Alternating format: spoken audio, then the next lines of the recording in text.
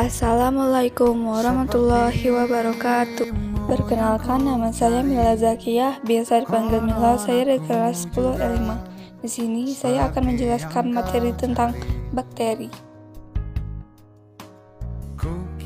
Bakteri adalah kelompok mikroorganisme bersel satu yang diklasifikasikan pada tingkat domain bersama dengan domain sel. Bakteri digolongkan sebagai prokariota. Sel bakteri memiliki bentuk tertentu, misalnya menyerupai bola, batang, atau spiral, yang biasanya berukuran beberapa mikrometer. Bakteri memiliki beberapa ciri-ciri, yaitu sebagai berikut. Pertama, termasuk organisme berdiameter 0,5 sampai 1 mikro dengan panjang 1 sampai 20 mikro. Yang kedua, ukuran yang sangat kecil itu membuat bakteri hanya bisa dilihat lewat mikroskop. Ketiga, dinding tersusun dari mikopolisakarida dan peptidolikal. Keempat, umumnya bakteri hidup berkolonia dan merupakan uniseluler. Kelima, beberapa bakteri, khususnya yang bersinar patogen, tubuh bagian luar dilindungi kapsek yang terbentuk dari lendir diselesaikan sendiri oleh bakteri. Keenam, memiliki plasmid yaitu dan berbentuk sirkuler. Ketujuh, berkembang biak secara vegetatif. Kedelapan, bentuk tubuh berbagai ragam.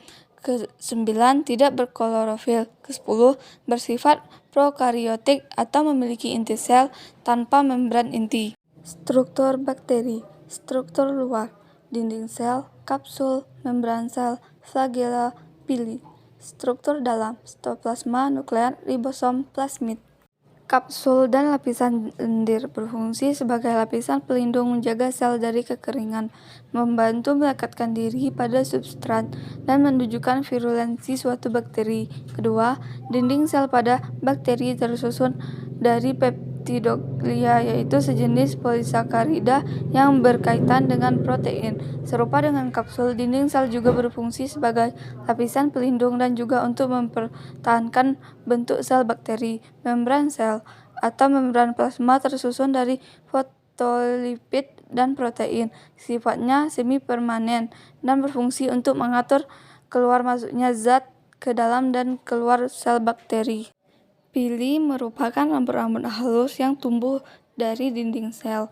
Fungsinya adalah untuk membantu perlekatan pada substrat dan penyaluran materi genetik pada saat konjugasi. Sitoplasma merujuk kepada cairan tidak berwarna yang tersusun dari air, bahan organik, protein, karbohidrat, lemak, garam, mineral, enzim, ribosom, dan asam nukleat. Flagela yang juga disebut bulu cambuk terdapat pada dinding sel dan berfungsi sebagai alat gerak. Ribosom adalah organel kecil yang berfungsi sebagai tempat terjadinya sintetis protein. Nukleat adalah nukleat semu, tempat berkumpulnya DNA kromosom bakteri. Plasmid berfungsi dalam rekayasa genetika sebagai vektor yang membawa gen asing yang ingin disisipkan pada bakteri. Bakteri juga memiliki berbagai bentuk dan ukuran. Simak video selanjutnya. Ukuran dan bentuk bakteri dapat diketahui dengan menggunakan mikroskop dengan lensa akuter dan objek mikroskop. Ukuran bakteri dinyatakan dalam satuan mikro. 1 mikro sama dengan 0,001 mm. Bentuk batang atau basil dibedakan menjadi 3, yaitu tunggal, diplobasil, streptobasil. Basil tunggal atau monobasil berupa batang tunggal. Diplobasil berupa batang bergandeng dua-dua. Streptobasil berupa batang bergandengan seperti rantai.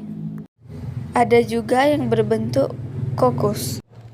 Kokus berbentuk bulat seperti bola. Diplococcus bergandengan dua-dua. Leptococcus bergandengan 4 dan berbentuk bujur sangkar. Sarcina bergelombol membentuk kubus.